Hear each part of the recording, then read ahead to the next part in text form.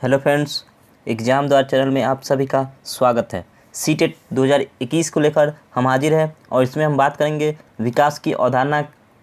और इसका पहला टॉपिक चल रहा है ये सीटेट 2021 को लेकर CDP यानी चाइल्ड डेवलपमेंट एंड पेडागोजी, बाल विकास एवं शिक्षण शास्त्र का ये टॉपिक है। इसमें हमने पहला टॉपिक शुरू किया है इसका विकास की अवधारणा। ये पहला पार्ट 1 इसका आ चुका है, ये दूसरा आज टॉपिक 1 का ये दूसरा क्लास होगा। तो चलिए देखते हैं विकास की अवधारणा। पहला आपने अगर नहीं दिखा है तो हमारे इस चैनल पे आपको प्लेलिस्ट मिल जाएगा, उसमें आपको CDP 21 यानी सीटेट 2021 करके एक प्लेलिस्ट बना हुआ है, उसमें आप जाके इसका पहला वीडियो देख सकते हैं। ये दूसरा वीडियो है। इस तरह हम रोज़ नए नए वीडियो लाते रहेंगे और इसके आगे के टॉपिक करते रहेंगे। साथ ही जैसे ही ये चैप्टर ख़त्म होता है, ये टॉपिक ख़त्म होता है, हम इससे रिलेटेड क्वेश्चन आंसर करेंगे। जो आपके जिस टाइप के पूछे जाएंगे सीटेट 21 में, उस टाइप के हम क्वेश्चन आंसर करेंगे। तो चलिए पहले इस टॉपिक को ख़त्म करते हैं। और हमने पिछले वीडियो में वृद्धि तक किया था, वृद्धि और विकास में अंतर हमने शुरू करना था। तो चलिए देखते हैं। पहले एक बार जब आ ही गया है तो फिर से वृद्धि देख लेते हैं। वृद्धि है क्या? तो वृद्धि का अर्थ होता है बालकों की शारीरिक संरचना का विकास, जिसके अंतर्गत लंबाई आ जाता है, भार आता है, मोटाई तथा अन्य अंगों का विकास आता है। किसके अंतर्गत? ये वृद्धि के अंतर्गत आते हैं। कौन सा? बालक का लंबाई आ गया, भार, मोटाई और अन्य अंगों का विकास भी वृद्धि के अंतर्गत आता है। चलिए, वृद्धि की प्रक्रिया आंतरिक एवं बाह्य दोनों रूपों में होती है। आंतरिक रूप से भी होती है और बाह्य रूप से होती है, दोनों रूप से होती है वृद्धि की प्रक्रिया। यह एक निश्चित आयु तक होती है तथा भौतिक पहलू यानी फिजिकल एस्पेक्ट में ही संभव है। वृद्धि पर आनुवंशिकता एवं सकारात्मक एवं नकारात्मक दोनों प्रभाव पड़ते हैं। ये सीधे आपसे क्वेश्चन में पूछ लिया जाएगा कि वृद्धि पर आनुवंशिकता का कौन सा प्रभाव पड़ता है, तो आपको ऑप्शन में दिया रहेगा सकारात्मक एवं नकारात्मक दोनों प्रभाव पड़ता है, सकारात्मक प्रभाव पड़ता है, नकारात्मक प्रभाव पड़ता है, या इनमें से कोई नहीं। तो आपको ऑप्शन कौन सा टिक करना होगा? सकारात्मक एवं नकारात्मक। वृद्धि पर दोनों प्रभाव पड़ता है, सकारात्मक एवं नकारात्मक। चलिए आगे चलते हैं। अगला पॉइंट, ये तो हमने पिछले वीडियो में किया था, अब हम यहाँ से शुरू करते हैं। वृद्धि और विकास में अंतर क्या है? वृद्धि एवं विकास में अंतर को समझेंगे। तो वृद्धि एवं विकास का प्रयोग प्रायः पर्यायवाची शब्दों के रूप में करते हैं और धनात्मक रूप से देखा जाए तो इन दोनों में अंतर होता है। अक्सर वृद्धि और विकास को पर्यायवाची यानी समानांतर रूप में हम इस्तेमाल करते हैं, लेकिन इन दोनों में अंतर होता है। चलिए उस अंतर को समझते हैं, क्या अंतर होता है। इस अंतर को हम निम्न प्रकार से व्यक्त कर सकते हैं। ये हमारा आधार है, किस आधार पे हम वृद्धि और विकास को समझेंगे ये हम जानते हैं। चलिए, ये हो गया वृद्धि और ये विकास हो गया, ये आधार हो गया। परिमाणात्मक, परिमाणात्मक के संबंध में कौन सा है? तो वृद्धि शब्द का परिमाणात्मक परिवर्तनों जैसे बच्चों के बड़े होने के साथ उसके आकार, लंबाई, ऊंचाई इत्यादि के लिए होता है। परिमाण में देखते हैं तो क्या हो गया? आकार हो गया, लंबाई हो गया, ऊंचाई हो गया, इत्यादि के लिए होता है कौन? वृद्धि। और इसी को विकास में क्या देखेंगे? तो विकास शब्द का प्रयोग परिमाणात्मक परिवर्तनों के साथ साथ व्यवहारिक परिवर्तन जैसे कार्यकुशलता, कार्य क्षमता, व्यवहार में सुधार इत्यादि के लिए होता है। चलिए आगे देखते हैं। अब क्षेत्र, वृद्धि विकास की प्रक्रिया का एक चरण होता है। क्या होता है? वृद्धि विकास की प्रक्रिया का एक चरण होता है, इसका क्षेत्र सीमित होता है। किसका क्षेत्र सीमित होता है? तो वृद्धि का। वृद्धि एक टाइम पे जाके रुक जाता है, जैसे लंबाई हो गया तो एक टाइम पे जाके लंबाई रुक जाएगा, ऊंचाई हो गया, लंबाई हो गया, ये सब आकार हो गया, ये एक टाइम पे जाके रुक जाएगा। तो इसीलिए कहा जाता है क्या? वृद्धि विकास की प्रक्रिया का एक चरण है और इसका क्षेत्र सीमित होता है। वृद्धि का क्षेत्र सीमित होता है, लेकिन विकास का क्षेत्र सीमित नहीं होता। क्या है? विकास अपने आप में एक विस्तृत अर्थ रखता है, वृद्धि इसका एक भाग होती है और विकास का कोई लिमिट नहीं होता। चलिए आगे चलते हैं, अगला पॉइंट देखते हैं। अगला पॉइंट हमारा परिपक्वता। वृद्धि की क्रिया आजीवन नहीं चलती। मैंने कहा वृद्धि एक समय तक जाकर रुक जाती है, यानी आजीवन नहीं चलती। बालक के परिपक्व होने के साथ ही यह रुक जाती है। चलिए आगे देखते हैं। विकास क्या है? तो विकास एक सतत प्रक्रिया है। विकास लगातार चलने वाली एक प्रक्रिया है। बालक के परिपक्व होने के बाद भी यह चलती रहती है। विकास जीवन पर्यंत चलता रहता है, यह एक सतत यानी लगातार चलने वाली प्रक्रिया है। तो समझ गए वृद्धि क्या है और विकास क्या है? वृद्धि क्या है? वृद्धि एक टाइम पे जाकर रुक जाती है, बालक जैसे ही परिपक्व हो जाएगा वृद्धि रुक जाएगा। लेकिन विकास क्या है? विकास लगातार चलता है और यह बालक के परिपक्व होने के बाद भी चलता रहता है, यानी जीवन पर्यंत विकास चलता रहता है। चलिए आगे देखते हैं। अगला पॉइंट है हमारा विकास। बालक की शारीरिक वृद्धि हो रही है इसका अर्थ यह नहीं हो सकता कि उसमें विकास भी हो रहा है, अतः यह भौतिक विकास को दर्शाता है। कौन? वृद्धि भौतिक विकास को दर्शाता है। अब विकास, तो बालक में विकास के लिए भी वृद्धि आवश्यक नहीं है, अतः यह गुणात्मक विकास को दर्शाता है। विकास गुणात्मक विकास को दर्शाता है और वृद्धि भौतिक विकास को दर्शाता है। चलिए, तो ये थे हमारे वृद्धि और विकास में अंतर। अब देखते हैं वृद्धि और विकास को प्रभावित करने वाले कारक कौन से कारक है जो वृद्धि और विकास दोनों को प्रभावित करते हैं। तो उसका पहला कारक है पोषण। पोषण, इसके कुछ पॉइंट जान लेते हैं। पोषण से कैसे वृद्धि और विकास दोनों प्रभावित होते हैं। यह वृद्धि तथा विकास का महत्वपूर्ण घटक होता है। क्या? पोषण तत्व। पोषण यानी पोषक तत्व। बालक को विकास के लिए उचित मात्रा में प्रोटीन, वसा, कार्बोहाइड्रेट, खनिज लवण इत्यादि की आवश्यकता होती है। हमारे खान पान में उपयुक्त पोषक तत्वों की कमी होगी तो वृद्धि एवं विकास प्रभावित होगा। आगे देखते हैं, अगला क्या है? वृद्धि। वृद्धि यह विकास के अन्य कारकों में सबसे महत्वपूर्ण कारक होता है। बौद्धिक विकास जितना उच्चतर होगा, हमारे अंदर समझदारी, नैतिकता, भावनात्मकता, तर्कशीलता इत्यादि का विकास भी उतना ही उत्तम होगा। यानी वृद्धि काफ़ी महत्वपूर्ण कारक है। चलिए अगला देखते हैं। अगला है वंशानुगत। वंशानुगत स्थिति शारीरिक एवं मानसिक विकास में महत्वपूर्ण भूमिका निभाती है। माता पिता के गुण एवं अवगुण का प्रभाव बच्चों पर स्पष्ट रूप से देखने को मिलता है। अगला कौन सा कारक है? तो यह है लिंग। सामान्यतः लड़कियों और लड़कियों में विकास के क्रम में विविधता देखी जाती है। किसी अवस्था में विकास की गति लड़कियों में तीव्र होती है तो किसी अवस्था में लड़कों में। चलिए आगे है, ये सब वो कारक है जो वृद्धि और विकास पे अंतर डालते हैं, यानी प्रभाव डालते हैं। अगला है पांचवा, वायु एवं प्रकाश। शरीर को स्वस्थ रखने के लिए स्वच्छ वायु की आवश्यकता होती है। अगर वायु स्वच्छ न मिले तो बालक बीमार हो सकता है। इसके अभाव में कार्य करने की क्षमता प्रभावित हो सकती है।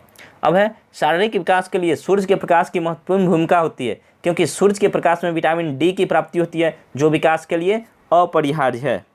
अगला पॉइंट देखते हैं। अगर आपने चैनल को अभी तक सब्सक्राइब नहीं किया है तो कर लीजिए। यहाँ आपको बेस्ट तैयारी कराई जाती है। सीटेट 2021 की भी तैयारी शुरू हो चुकी है, तो जरूर सब्सक्राइब कर ले चैनल को। चलिए अगला देखते हैं, वृद्धि की अवस्थाएं। वृद्धि की कितनी अवस्थाएं हैं इसको हम समझते हैं। मनोवैज्ञानिकों ने मानव वृद्धि को निम्नलिखित अवस्थाओं में विभाजित किया है। पहला है शैशवकाल। और शैशवकाल कब से कब तक होता है? तो इसमें जन्म से 2 वर्ष तक के बच्चों को शारीरिक एवं मानसिक विकास तेजी से होता है। किसमें? शैशवकाल में। कितने? जन्म से 2 वर्ष तक के बच्चों का। बालक इस अवस्था में पूर्ण रूप से माता पिता पर आश्रित रहता है। किसमें? शैशवकाल में। ये जो जितने पॉइंट है काफ़ी इंपॉर्टेंट है, डायरेक्ट इससे प्रश्न पूछे जाते हैं। आपसे पूछ देगा बालक किस अवस्था में माता पिता पर पूर्णतः आश्रित होते हैं, दे देगा आपको शैशवकाल, बाल्यकाल, वृद्धकाल या कोई और भी, और पूछेगा किसमें, तो आपको आंसर लगाना होगा शैशवकाल। तो ये आपको ध्यान रखना है। पॉइंट जो भी मैं बता रहा हूँ वो काफ़ी इंपॉर्टेंट है। चलिए शैशवकाल के बारे में समझ लेते हैं। तो इसमें जन्म से 2 वर्ष तक के बच्चों का शारीरिक एवं मानसिक विकास तेजी से होता है। किसमें? तेजी से शारीरिक एवं मानसिक विकास किस काल में होता है? शैशवकाल में। कब से कब तक? तो 0 से 2 वर्ष या जन्म से 2 वर्ष तक। चलिए अगला पॉइंट है, बालक इस अवस्था में पूर्ण रूप से माता पिता पर आश्रित रहता है।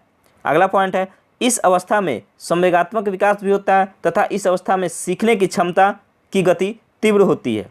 जब नवजात शिशु शैशवकाल यानी इन्फेंसी की ओर अग्रसर होता है तो उसके अंदर प्यार व स्नेह की आवश्यकता बढ़ने लगती है। चलिए अगला है हमारा बाल्यकाल।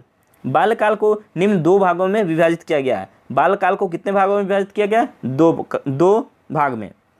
पहला है पूर्व बाल्यकाल और दूसरा क्या है? उत्तर बाल्यकाल। पहले हम पूर्व बाल्यकाल को समझ लेते हैं। पूर्व बाल्यकाल क्या है? इसमें सामान्यतः 2 से 6 वर्ष की अवस्था होती है। किसमें? पूर्व बाल्यकाल में। शैशवकाल 0 से 2 वर्ष या जन्म से 2 वर्ष। उसके बाल्यकाल आ गया। बाल्यकाल में भी 2 डिवाइडेड है, पूर्व बाल्यकाल और उत्तर बाल्यकाल। पूर्व बाल्यकाल 2 से 6 वर्ष और उत्तर बाल्यकाल 6 से 12 वर्ष। तो पूर्व बाल्यकाल 2 से 6 वर्ष की अवस्था को कहते हैं।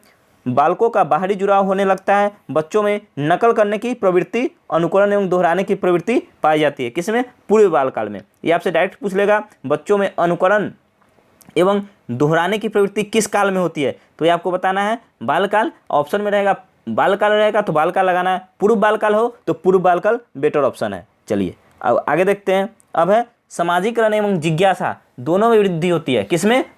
पूर्व बालकाल में। कौन सा? सामाजिकरण एवं जिज्ञासा। मनोवैज्ञानिक दृष्टि से यह काल भाषा सीखने की सर्वोत्तम अवस्था है। कौन सा? पूर्व बालकाल भाषा सीखने की सर्वोत्तम अवस्था है, पूर्व बालकाल। अब देखते हैं उत्तर बालकाल। पहले बताया हमने शैशव काल, 0 से 2 वर्ष या जन्म से 2 वर्ष। उसके बाद बालकाल, बालकाल में भी 2 है। कौन सा? पूर्व बालकाल और उत्तर बालकाल। पूर्व बालकाल 2 से 6 वर्ष और ये 6 से 12 वर्ष। इसमें भाषा सीखने की उत्तम अवस्था है पूर्व बालकाल। चलिए, अनुकरण एवं दोहराने की भी अवस्था पाई जाती है पूर्व बालकाल में। अब है उत्तर बालकाल। 6 से 12 वर्ष तक की अवस्था को उत्तर बालकाल कहते हैं। इस अवस्था में बच्चों में बौद्धिक, नैतिक, सामाजिक, तर्कशीलता इत्यादि का व्यापक विकास होता है। किसमें? उत्तर बालकाल में 6 से 12 वर्ष की अवस्था में। पढ़ने की रुचि में वृद्धि के साथ साथ स्मरण क्षमता का भी विकास होता है। बच्चों में समूह भावना का विकास होता है, अर्थात समूह में खेलना, समूह में रहना, समलैंगिक व्यक्ति को ही मित्र बनाना, ये उत्तर बालकाल में होता है। चलिए, जीवन में अनुशासन एवं नियमों की महत्ता समझ में आने लगती है और खोजी दृष्टिकोण एवं घूमने की प्रवृत्ति का विकास हो जाता है। ये आपसे ये कई बार पूछा गया है, खोजी दृष्टिकोण एवं घूमने की प्रवृत्ति बालक में किस अवस्था में आती है? तो ये आती है बालकाल में। और कौन सी बालकाल? तो ये आती है उत्तर बालकाल में। उत्तर बालकाल यानी 6 से 12 वर्ष की अवस्था में। चलिए आगे देखते हैं। अगला है किशोरावस्था। किशोरावस्था कितने से कितने वर्ष होता है? तो ये 12 से 18 वर्ष होता है किशोरावस्था। 12 से 18 वर्ष के बीच की अवस्था को किशोरावस्था कहता है। अत्यंत जटिल अवस्था तथा साथ ही व्यक्ति के शारीरिक संरचना में परिवर्तन देखने को मिलता है। जटिल अवस्था, बालकों के जटिल अवस्था किस अवस्था को कहते हैं? तो ये किशोरावस्था यानी 12 से 18 वर्ष के उम्र को कहते हैं जटिल अवस्था। यह वह समय होता है जिसमें बालक बाल्यावस्था से परिपक्वता की ओर उन्मुख होता है। इस अवस्था में किशोरों की लंबाई एवं भार दोनों में वृद्धि होती है, साथ ही मांसपेशियों में भी वृद्धि होती है। किसमें? किशोरावस्था में। इसी का कुछ अगला पॉइंट है, ये हम देख लेते हैं थोड़ा थोड़ा। 12 से 14 वर्ष की आयु के बीच लड़कों की अपेक्षा लड़कियों की लंबाई एवं मांसपेशियों में तेजी से वृद्धि होती है। किसमें? 12 से 14 वर्ष की आयु में लड़कियों की लंबाई एवं मांसपेशियों में तेजी से वृद्धि होती है। और 14 से 18 वर्ष की 14 से 18 वर्ष की आयु में लड़कियों की अपेक्षा लड़कों की मांसपेशियों एवं लंबाई में वृद्धि होती है। इस काल में प्रजनन अंग विकसित होने लगते हैं एवं उनकी काम की मूल प्रवृत्ति जागृत होती है। इस अवस्था में दुश्चिंता यानी दुविधा एवं स्वयं से संबंधित सरोकार मतलब का भाव रखते हैं। मैं कौन हूँ, मैं क्या हूँ, मैं भी कुछ हूँ, इन जैसी प्रबल भावनाओं का विकास इसी अवस्था में होने लगता है। किसमें? किशोरावस्था में। 12 से 18 वर्ष में। चलिए आगे देखते हैं। इस अवस्था में मित्र बनाने की प्रवृत्ति तीव्र होती है एवं सामाजिक संबंधों में वृद्धि होती है। इस अवस्था में नशा या अपराध की ओर उन्मुख होने की अधिक संभावना होती है। किसमें? किशोरावस्था 12 से 18 वर्ष में अक्सर युवा नशा या अपराध की ओर चले जाते हैं, मुड़ जाते हैं, तो ये संभावना अधिक रहती है।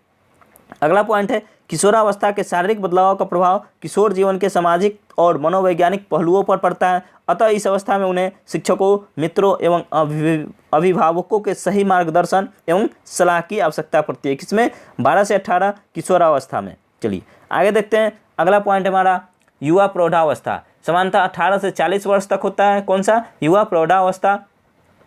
किशोरावस्था एवं युवा प्रौढ़ावस्था की कोई निश्चित उम्र नहीं होती। यह अवस्था मानव विकास में एक निश्चित परिपक्वता ग्रहण करने से प्राप्त होती है। अगला है परिपक्व प्रौढ़ावस्था। सामान्य 40 से 65 वर्ष की अवस्था को कहते हैं क्या? परिपक्व प्रौढ़ावस्था। शारीरिक विकास में गिरावट आने लगती है, अर्थात बालों का सफ़ेद होना, मांसपेशियों में ढीलापन तथा चेहरे पर झुर्रियाँ आना। यह परिपक्व प्रौढ़ावस्था 40 से 65 के बीच होती है। अब है वृद्ध प्रौढ़ावस्था। 65 से अधिक वर्ष की अवस्था को वृद्ध प्रौढ़ावस्था कहते हैं। शारीरिक क्षमता का कमजोर होना, सामाजिक, आध्यात्मिक, धार्मिक तथा सांस्कृतिक क्रियाकलापों के प्रति रुझान का बढ़ना इसमें शामिल है। अब ये लास्ट पॉइंट है हमारा अधिगम। अधिगम क्या है इसे समझते हैं। तो अधिगम का अर्थ होता है लर्निंग यानी सीखना। अधिगम यानी सीखना। तो अधिगम क्या है? अधिगम का अर्थ होता है सीखना। अधिगम एक प्रक्रिया है जो जीवन पर्यंत चलती रहती है। क्या?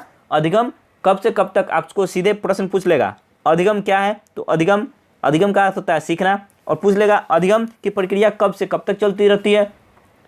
जन्म से 2 वर्ष, 6 से 12 वर्ष, 18 से या जीवन पर्यंत, तो इसका सही आंसर क्या हो जाएगा? अधिगम की प्रक्रिया जीवन पर्यंत चलती रहती है एवं जिसके द्वारा हम कुछ ज्ञान अर्जित करते हैं या जिसके द्वारा हमारे व्यवहार में परिवर्तन होता है, जन्म के तुरंत बाद से ही बालक सीखना प्रारंभ कर देता है। अधिगम कब से शुरू हो जाता है? तो जन्म के तुरंत बाद से ही अधिगम शुरू हो जाता है। अधिगम व्यक्तित्व के सर्वांगीण विकास में सहायक होता है। अधिगम किसमें सहायक होता है? तो व्यक्तित्व के सर्वांगीण विकास में, यानी व्यक्ति के विकास के सभी क्षेत्रों में अधिगम बहुत जरूरी है। इसके द्वारा जीवन के लक्ष्यों को प्राप्त करने में सहायता मिलती है। अधिगम के बाद व्यक्ति स्वयं और दुनिया को समझने के योग्य हो पाता है। तो ये था हमारा टॉपिक। अभी इसमें थोड़ा सा और है, चलिए देख लेते क्या है। यदि किसी छात्र विषय वस्तु के ज्ञान के आधार पर कुछ परिवर्तन करने एवं उत्पादन करने में सक्षम हो गया हो तो उसे सीखने की प्रक्रिया को अधिगम कहा जाता है। सार्थक अधिगम ठोस चीज़ों एवं मानसिक घोतकों को प्रस्तुत करने व उसमें बदलाव लाने की उत्पादक प्रक्रिया है, न कि जानकारी इकट्ठा कर उसे रटने की प्रक्रिया।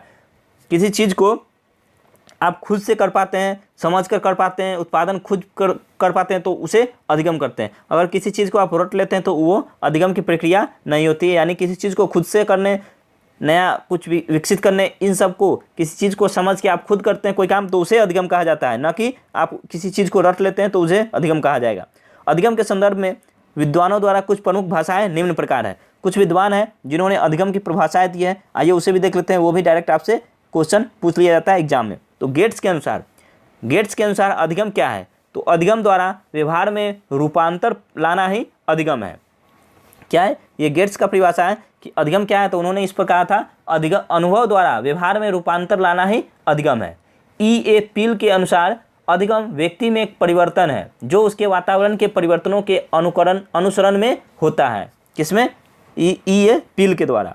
अब है क्रो एवं क्रो के अनुसार, इन्होंने कहा था सीखना आदतों, ज्ञान एवं अभिवृत्तियों का अर्जन है। सीखना आदतों, ज्ञान एवं अभिवृत्तियों का अर्जन है। इसमें कार्यों को करने के नवीन तरीके सम्मिलित है और इसकी शुरुआत व्यक्ति द्वारा किसी भी बाधा को दूर करने अथवा नवीन परिस्थितियों में अपने समायोजन को लेकर होती है। इसके माध्यम से व्यवहार में उत्तरोत्तर परिवर्तन होता रहता है। यह व्यक्ति को अपने अभिप्राय अथवा लक्ष्य को पाने में समर्थ बनाती है। क्या?